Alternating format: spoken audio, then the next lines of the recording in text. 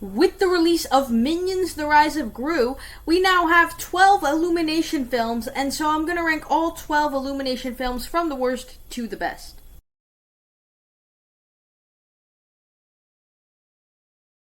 Hi, my name is Nathan. I talk about a bunch of movies on the channel. If you're new here, down below in the comment section, share your ranking of all 12 Illumination movies. If you enjoy this video, click that like button. Be sure to subscribe. I got more content like this over on my channel. You could check those out when this video is over. Now, this is going to be a ranking that none of these movies are actually like great top tier animated movies.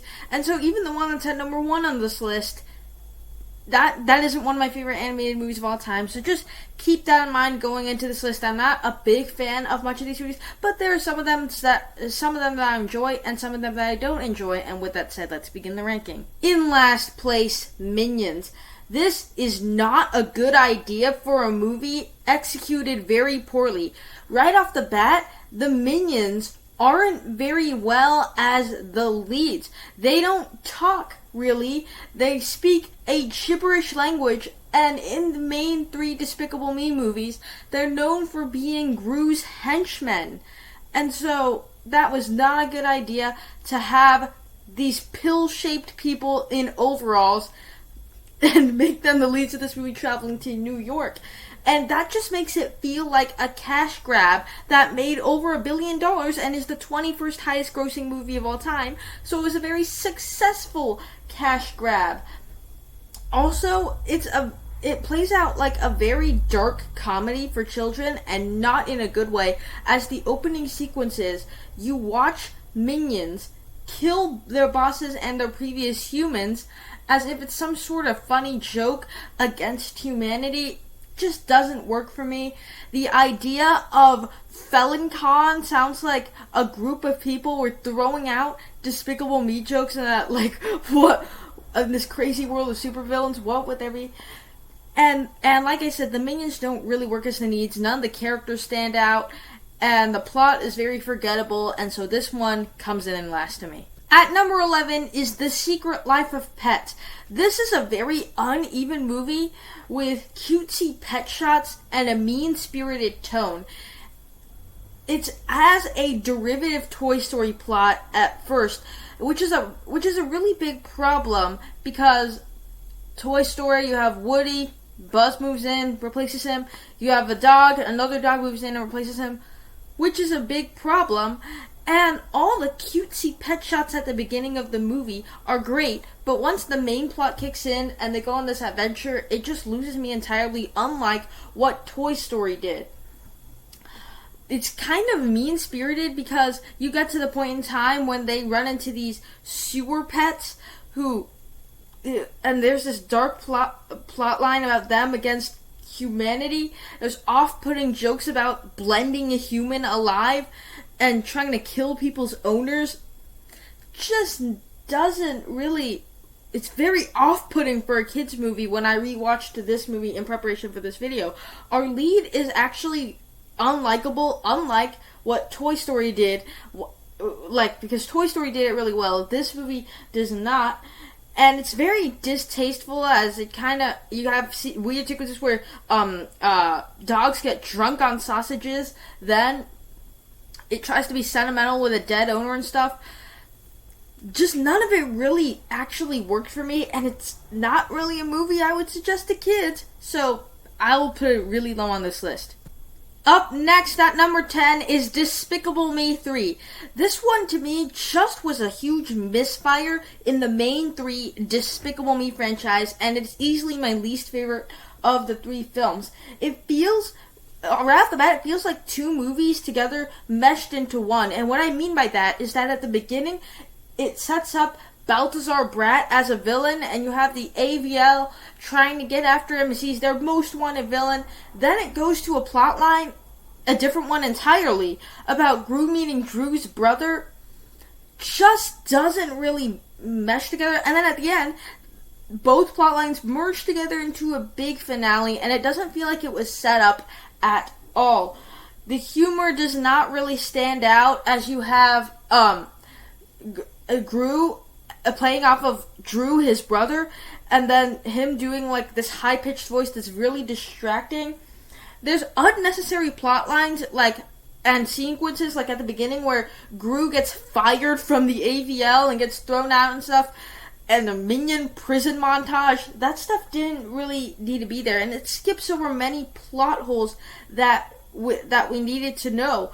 Like, they have time to show us this Minion prison montage that's totally unnecessary, but at the end of the movie, our main two characters get their jobs back, and we don't have time to show how they did that. And so it skips over some plot lines even, and so this one is just a very disappointing addition to our main 3 Despicable Me franchise. At number 9 is The Grinch. Now, to me, it's very weird that Illumination got the rights to the Dr. Seuss stuff, but this is a very fast-paced version of the classic Grinch story by Dr. Seuss. But here's the thing, it doesn't feel like Dr. Seuss at all, because it adds all the Illumination hijinks, pop songs, fart jokes, all of that stuff that all of the Illumination has, and it just doesn't feel like anything like Dr. Seuss. Also, what was distracting me was the narration throughout the film. There was like this voice narrating throughout the film that was more of a distraction than something to move forward the plot. And there's a weird voice cast with the lead being Doctor Strange, Benedict Cumberbatch, which is just very weird to me because it was distracting to see Doctor Strange's voice come out of the Grinch's mouth. So this one, it's fine, it's harmless, it's just forgettable. Up next is the Lorax. This is a very weird corporate product by Illumination about the harm of corporate greed, which is very weird. It is backstory heavy, and has a very, very heavy-handed message with a mix of cute animals, fun backstory, and very heavy-handed message, which is very weird to me. But much like the Grinch, I have some problems with that, is that the Grinch and the Lorax both feel like more like Illumination products than adaptations of Dr. Seuss novels, in which case that's a big problem, because it's not fulfilling on the Dr. Seussisms that it wants to have. Now, the movie's not boring. It's more entertaining than the Grinch. That's why I put it just a little bit higher, but they're basically tied for me. But as much as it moves at a nice place and it's not boring, that doesn't really make it good. Next up is Hop. Now, the Illumination's second film is sort of the only one to experience with animation and live action, and to me, it was kind of a nice experimentation between those things. It's fun and enjoyable enough as a story about a chicken trying to take over an Easter Bunny's factory. It kind of plays out like Sonic the Hedgehog 1, but with a rabbit, and it even has James Marsden in it, and James Marsden is just charming in it, and teaming him up with Russell Brand as a bunny just adds a nice little spice to it, and so that's why I enjoyed about the film. Certainly it is familiar, like I said, Sonic the Hedgehog. It's simple, but it's fun enough, enjoyable enough, but not exactly memorable. At number 6 is Despicable Me 2. This was a nice follow-up to the original that I thought fit with the Despicable Me franchise pretty well. There's more fun and ridiculous ideas thrown into the mix with, a wrestler trying to turn minions into evil purple mutants that are like crazy. Like, it's just very ridiculous, but it's fun, much like the ideas that the first film offered. There's cool new characters, like they added a love interest for Gru, and the idea of the anti-villain league is also a fun spin on something that we've seen before. And there are some forgettable villains in there, like El Macho certainly doesn't stand out, and his plot about an evil restaurant and stuff, that one certainly doesn't pop to me the way the first and the next film on this list would, but I think that it's still a fun time that does what Illumination does well. Kicking off the top 5 is Minions: The Rise of Gru. After what I would call some missteps with Minions and Despicable Me 3, I think this one is actually a nice return to form for the franchise and is the best film in the Despicable Me franchise since the original. It's fun to see young Gru in the mix with the Minions and see what his early life was with these charming, quirky little characters. And what I appreciate about this film more than the original, I've said it, that the Minions don't work as the leads, but they're not actually the leads of this movie. The real lead is young Gru trying to get into this new villain group. And so I thought that it was much of an improvement over the first Minions. There's some laugh out loud humor from the opening to the end. It's very funny, and it's just fun family entertainment. Now, certainly there can be some lack in logic, and much like the rest of the films on this list, all the Illumination films have low-hanging fruit, like about farts and stuff like that, but I still think that this one is a fun film. In fourth place, we have Sing 2. This one, much like the first Sing, Illumination seemed to lean into their bag of tricks really well, and that made for a fun family film. It had emotion, even some emotional resonance with a plotline about this old retired musician that starts to come back, and so this is probably the most emotional of all of these Illumination films. Now, certainly it is very much like the first film of them trying to have a show or something, and it's certainly bigger in scale, and for people, it might feel like a rehash of the first film, and I gotcha, but I think that what it did was that it did some very new things while being sort of the same movie as the first one as well. And like I said, some low-hanging fruit as well, but I think the Sing movies are just movies that Illumination most lean into their bag of tricks. And among those exact same lines, we have Sing 1 kicking off our top 3.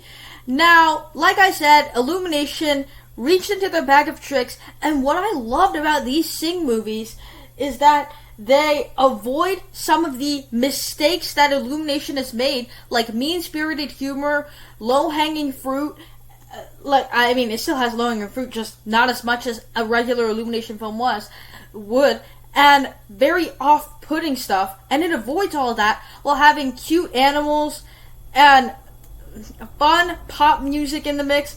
That's what Illumination does really well, and it leans into that with this film.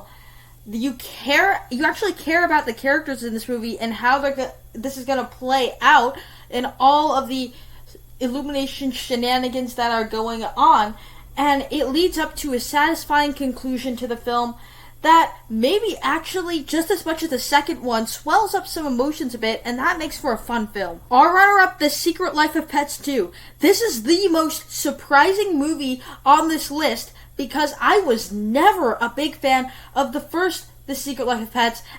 When I saw it in the theater, I wasn't sure what to make of it since I was just a little kid and I didn't review movies at the time. And when I rewatched it in preparation for this video, I didn't really like it. And so this one was actually a huge pleasant surprise to me. It's surprisingly good, and what it does so well is it's fun, it's fast-paced, it's entertaining, and sort of sentimental at the same time. It's innovative and unassuming fun, as it's kind of like each character has their own plot, but it doesn't feel like it's too overstuffed in any of it. It does not overstay its welcome all that much. Now, what I also love about it is that it tries being small in scale. It doesn't have big explosions like the Despicable Me films, but it just is able to be small in scale with so many plot lines going on. Now, certainly it can feel like 3 episodes of a Secret Life of Pets TV show chopped up and cut together to make it into a movie, but that's what I liked about it, and you actually have more fun characters, whether you're talking about Kevin Hart as the superhero rabbit, or Harrison Ford as Rooster. I had a lot of fun with those new additions, and Kevin Hart and Harrison Ford are obviously great people to be in a movie like this, and so this to me is easily one of the best Illumination films. But coming in first place is Despicable Me. The first Illumination movie is the best film that they have given out to date, and for very good reason. There's just something fun about this film. It has a fun idea and a fun world in which supervillains actually do exist, with no superheroes, but just supervillains trying to steal the biggest monuments to compete to see who is the biggest, baddest villain. And it's so dumb and ridiculous that it's actually fun to see on screen. And that's not a compliment on so bad it's good. It's actually a lot of fun. There's charming and memorable characters, whether you're talking about Gru, the villain, or of course the minions, who are memorable to this date. And in fact, Illumination has had the minions become so popular that they're in all their logos, that they're in all the marketing for Illumination films, and that their Minions movie got $1 billion worth of money. But it also has this little theme about family running in throughout it with him adopting these girls. It's just a lot of fun to see there. It's the funniest of Illumination. It's very quotable, memorable, and it set the stage for what Illumination has become now, which is to say, not one of the best studios, but a very popular one that people go to the theater to see their films, and it's all started to this film, so it is my favorite of the Illumination films. There you have it. That is my ranking of all 12 Illumination films. Down below in the comment section, share your ranking of all of the Illumination films. If you enjoyed this video, click that like button. Be sure to subscribe. Got more content like this over on my channel. You could check those out when this video is over. Somewhere around here in the screen, there's going to be a video popping up. You could check that video out as well. Remember, be sure to subscribe. And thank you so much for sticking around to the end. I'll see you in the next one.